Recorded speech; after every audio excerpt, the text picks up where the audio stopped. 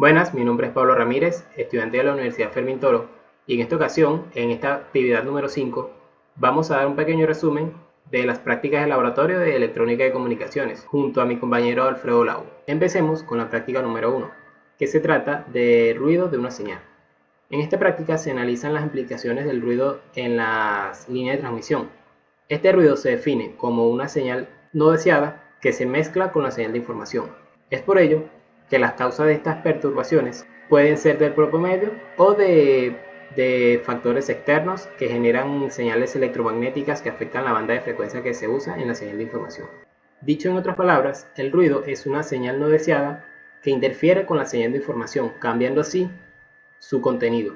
Por ejemplo, en señales digitales cambian los ceros a unos o los unos a ceros, pero también en señales analógicas cambia el patrón de la sinuidad o la amplitud de dicha señal analógica. Estos son los tipos de ruido más comunes en las telecomunicaciones. El ruido atmosférico, que es la estática que se encuentra dentro de la atmósfera terrestre, ya sean relámpagos, centellas o rayos. Ruido térmico es el movimiento browniano de electrones dentro de un conductor, ya sea por el calentamiento de estas pistas o por calentamiento de resistencias, etc. Ruido de amplitud, que es el cambio repentino de los niveles de potencia causado principalmente por amplificadores defectuosos, contactos sucios con resistencias variables o por labores de mantenimiento. Ruido de intermodulación, que es la intermodulación de dos tipos de líneas independientes. Ruido por diafonía, causada por las interferencias que producen otros pares de hilos telefónicos próximos. Y también está el ruido por eco, que es una señal de las mismas características del original, pero atenuada y retardada respecto a ella. Es decir, otra misma señal atenuada, pero cambiada en fase. Otro ruido también que no se menciona aquí también son los ruidos en las señales digitales. Por ejemplo, en el anti-aliasing, el ruido por cuantificación, etcétera, que eso ya son en señales digitales. La práctica número 2 constó de amplificadores en radiofrecuencia. Estos amplificadores son componentes esenciales en casi todos los dispositivos electrónicos del mundo. En el caso de los amplificadores de radiofrecuencia, se utilizan frecuentemente en los transmisores de radiofrecuencia para amplificar la señal. Por ejemplo, se utilizan a la hora de emitir una señal para que ésta sea amplificada. También en el receptor o un repetidor se usa para la señal que recibe, amplificarla y transmitirla al receptor, que a su vez este receptor también va a tener un amplificador. Todas las antenas o equipos de telecomunicaciones normalmente tienen amplificadores. Existen principalmente tres clases de amplificadores. El amplificador clase A, que amplifica toda la señal en todos los periodos. Amplificador B, que amplifica solamente en un periodo. Y amplificador clase BA, que amplifica en un semiperiodo. Y amplificador clase C, que lo que hace es amplificar todo el periodo, pero subido de tensión, es decir, toda la potencia va a estar en el lado positivo.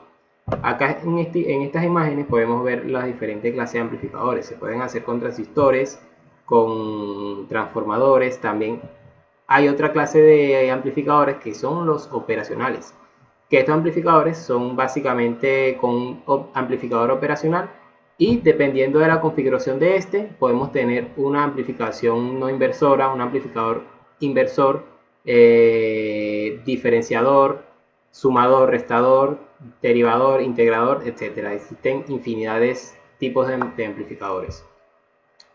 Una conclusión que podemos dar a esta práctica es que en esta se estudiaron todos los amplificadores, ya que es importante en el área de telecomunicaciones tener estos temas claros, ya que en absolutamente todas las antenas, ya sea receptoras o transmisoras, tienen un amplificador incorporado.